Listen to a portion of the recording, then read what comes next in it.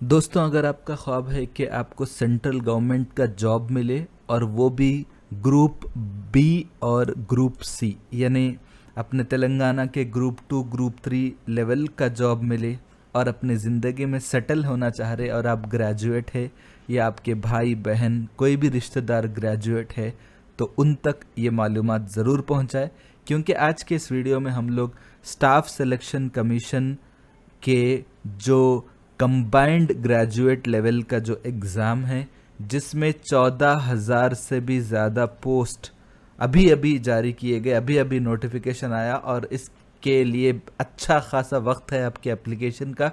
तो आज के इस वीडियो में हम लोग इस एग्ज़ाम के बारे में, क्या क्या पोस्ट रहेंगे, कितनी ज़्यादा सैलरी रहेंगी और क्या तेलंगाना से हैदराबाद में बैठ के भी आप एग्ज़ाम लिख सकते हैं, क्या आपको जॉब हैदराबाद में ही मिलेंगी? बिल्कुल मिलेंगी। अगर आपका डिपार्टमेंट, उस डिपार्टमेंट में आप सेलेक्ट हो गए, आप अच्छी मेहनत करें तो ज़रूर आप सेंट्रल गवर्नमेंट के एम्प्लॉय बन के हैदराबाद में रहते हुए ही जॉब कर सकते, ठीक है। तो आज वो सब तफसीलात, फ़ीस कितनी रहेंगी, कब तक डेट है, एग्जामिनेशन का पैटर्न कैसा रहेगा, ये सब कुछ पूरे डिटेल्स आज के इस वीडियो में हम लोग शेयर करेंगे। तो आपसे गुजारिश है कि ज़रूर हमारे इस वीडियो को आखिर तक देखिए और इस वीडियो को ज़्यादा से ज़्यादा शेयर करिए।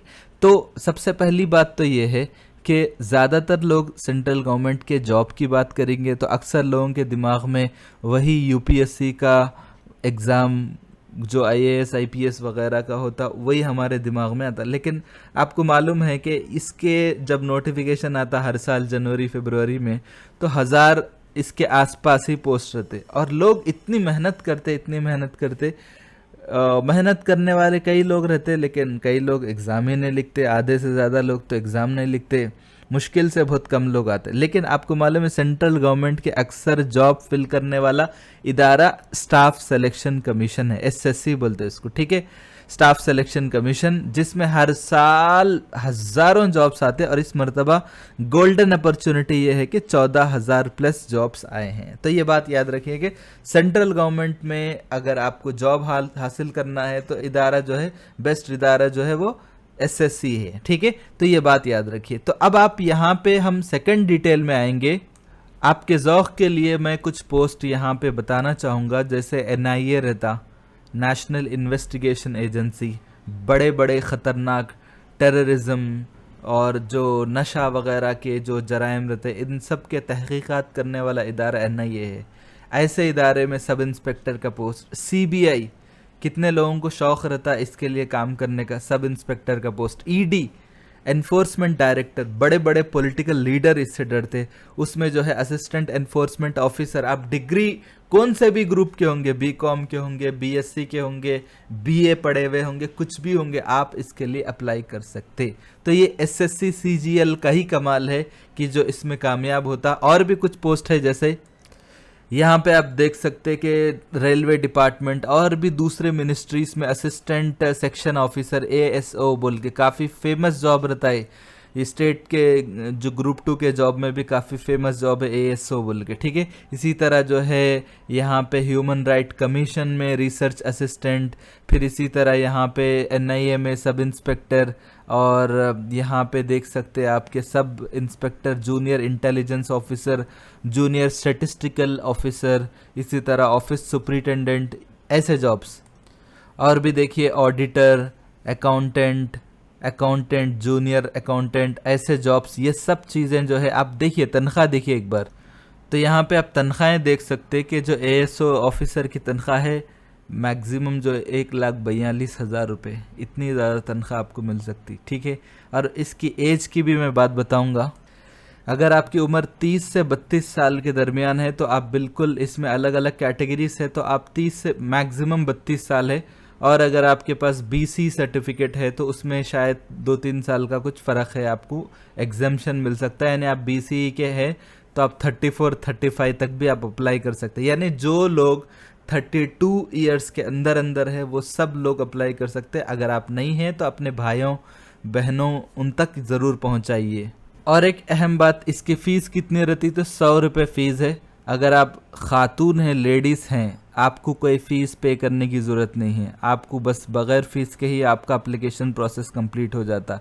एससी एसटी या फिर जो फिज़िकली डिसेबल्ड हैं उनके लिए ये फ़ीस माफ़ है, ठीक है। ये बहुत अच्छी बात है। आपको एप्लीकेशन के लिए करना क्या है कि आपको एसएससी ये वेबसाइट में जाना है, ssc.gov.in, ठीक है। इस वेबसाइट पे जाने के बाद आपको दो चीज़ें पहले रेडी रखना है। सबसे पहले अपना एक पासपोर्ट साइज़ और एक आपका जो सिग्नेचर करेगा जो पिक्चर रहता, जो कम साइज़ का रखिए, 100 KB इसके आसपास रखिए। बस ये दो चीज़ें आप अपने साथ रखिए। और एप्लीकेशन के लिए जो भी आपके मिनिमम इंफॉर्मेशन देना है, वालिद साहब का नाम, ये वो, एड्रेस वगैरह, एड्रेस भी शायद नहीं पूछते, बस सिटी वगैरह का पूछते, और आपके एजुकेशनल क्वालिफिकेशंस, बस यही मालूमात आपसे पूछे जाएंगे। बस मुश्किल से 15 से 20 मिनट का वक्त लगता, वो भी आप आराम से फिलअप करेंगे। तो ज़रूर आज ही इसको फिलअप करिए।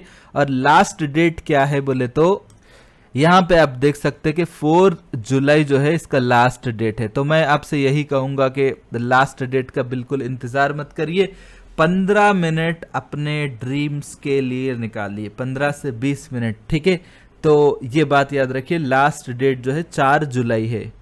अब आएंगे सबसे अहम तरीन सवाल के एग्जामिनेशन पैटर्न क्या है। ये तो आप बोल दिए, जॉब्स देख लिए, कितना है, 14,500 जॉब्स है इसके अंदर, ठीक है। और 4 जुलाई लास्ट डेट है। एप्लीकेशन फ़ीस सिर्फ मर्द हजरात के लिए 100 रुपये है। अगर आप फीमेल है तो आपको फ़ीस पे करने की भी कोई ज़रूरत नहीं है। साथ में क्या क्या रखना है, आधार कार्ड का नंबर और आपका पासपोर्ट साइज फ़ोटो और सिग्नेचर, बस यही 3 चीज़ें रेडी रखना है, ठीक है। अब यहाँ पे एग्जामिनेशन पैटर्न को मैं बहुत सिंपल अंदाज में बताऊंगा बहुत। तो सबसे पहली बात तो ये है कि एग्ज़ाम सेंटर किधर रहेंगे। तो अगर आप हैदराबाद के हैं, वरंगल के हैं, पूरे तेलंगाना के बड़े शहरों में एग्जामिनेशन सेंटर रहेगा, ठीक है। आप तेलंगाना से कहीं से हो, इंडिया से कहीं से भी होंगे, आपको सेंटर रहेगा, ठीक है। टायर 1 टायर 2, जैसे हैदराबाद, ज़रूरी नहीं है हैदराबाद में होगा, बल्कि हैदराबाद में तो रहेगा कैसा भी, वरंगल है, करीमनगर है, निज़ामबाद है, ऐसा हर जगह पे इसके सेंटर्स रहेंगे, ठीक है। अब यहाँ पे एग्जामिनेशन पैटर्न, ये सबसे इम्पॉर्टेंट बात ये है कि ठीक है, एग्जामिनेशन पैटर्न सबसे पहले तो इंग्लिश में होता, हिंदी में होता, ठीक है। ये बात आप जहन में रखिए, ठीक है। अब यहाँ पे एग्जामिनेशन पैटर्न में 4 चीज़ें रहने वाले हैं, जनरल इंटेलिजेंस एंड रीजनिंग, दूसरा जनरल अवेयरनेस, तीसरा क्वांट, ठीक है, चौथा जो है इंग्लिश। ये 4 चीज़ें रहने वाले हैं। तो मार्क्स की अगर हम बात करेंगे तो 100 मार्क्स रहेंगे, ठीक है। और इसके लिए आपको 80 मिनट का वक्त दिया जाएगा, ठीक है। और कंप्यूटर बेस्ड एग्जाम रहने वाला है ये। 100 मार्क्स में से हर 25, मतलब यहाँ पे 100 क्वेश्चंस रहेंगे, ठीक है। Sorry to say that 100 questions आपसे पूछे जाएंगे। और यहाँ पे आप देख सकते हैं कि 25 क्वेश्चन जो है जनरल इंटेलिजेंस, मतलब verbal, non verbal, reasoning, relationships के जो कॉन्सेप्ट्स रहते, उन्हें इसका भाई है तो उन उसका भाई है, उन उसका भाई है, उन उसकी बहन है, तो आखिर में इनका इनके साथ क्या रिश्ता है, ऐसा, ठीक है। और अरिथमेटिकल रीजनिंग, ठीक है, ये भी थोड़ा बहुत मैथ्स का वैसा रहता। दूसरा जनरल अवेयरनेस में क्या रहता, इंडियन हिस्ट्री से थोड़े बहुत हल्के फुल्के, बिल्कुल करंट अफेयर्स के हल्के फुल्के सवालात आपसे पूछे जाएंगे। क्वांट में तो आपको मालूम है, डेसिमल्स, फ्रैक्शंस और numbers, percentage, ratio, square roots, average, जो क्लास 6 क्लास 7 बस ये रेंज का रहता। थोड़ा बहुत हार्ड रह सकता है 8 क्लास 9 क्लास का। बस अगर आप मैथ्स में परफेक्ट है ना, ज़रूर ये चांस तो बिल्कुल मिस मत करिए। और 25 क्वेश्चंस जो है आपको इंग्लिश से पूछे जाएंगे। तो इस तरह से टोटल जो है 100 क्वेश्चंस रहेंगे और उसके एक तरह से 200 मार्क्स रहने वाले हैं। अब यहाँ पे क्वेश्चंस है, यहाँ पे मार्क्स है, दोनों का फ़र्क ये है कि मार्क्स जो है 200 के रहेंगे। अगर आप एक भी गलत जवाब देंगे तो 0.5 मतलब आधा मार्क कटेगा आपका, यानी एक सही जवाब देंगे। और यहाँ पे आप देखिए 100 क्वेश्चन है लेकिन 200 मार्क्स है, तो यानी बहुत अच्छी बात यह है कि हर एक सवाल के बदले में 2 मार्क्स आपको दिए जा रहे हैं। तो यानी एक सवाल आप अच्छा करेंगे लेकिन एक जवाब गलत देंगे तो आपका आधा कटने वाला है, यानी कि 1.5 मार्क्स आपके फिर भी रहने वाले हैं। तो ये बहुत अच्छी बात है। तो इस बात को आप जहन में रखिए। अगर आपकी उम्र कम है, अगर आप ज़िंदगी में एक बहुत बड़ा ख्वाब देख रहे, आप अपने आप को एक सेंट्रल गवर्नमेंट के जॉब में रखना हासिल करना चाह रहे हैं, अपने ज़िंदगी को सेटल करना चाह रहे हैं, ये वीडियो ज़रूर आपके लिए है। अगर आप दर दर के ठोकर नहीं खाना, अपने आप को मजबूत करियर देना है, तो इस मौके से ज़रूर फ़ायदा उठाइए और इस वीडियो को अपने दोस्तों, भाइयों, बहनों, जो भी आपके पसंद के लोग रहते हैं उन तक ज़रूर पहुंचाइए। Thank you so much.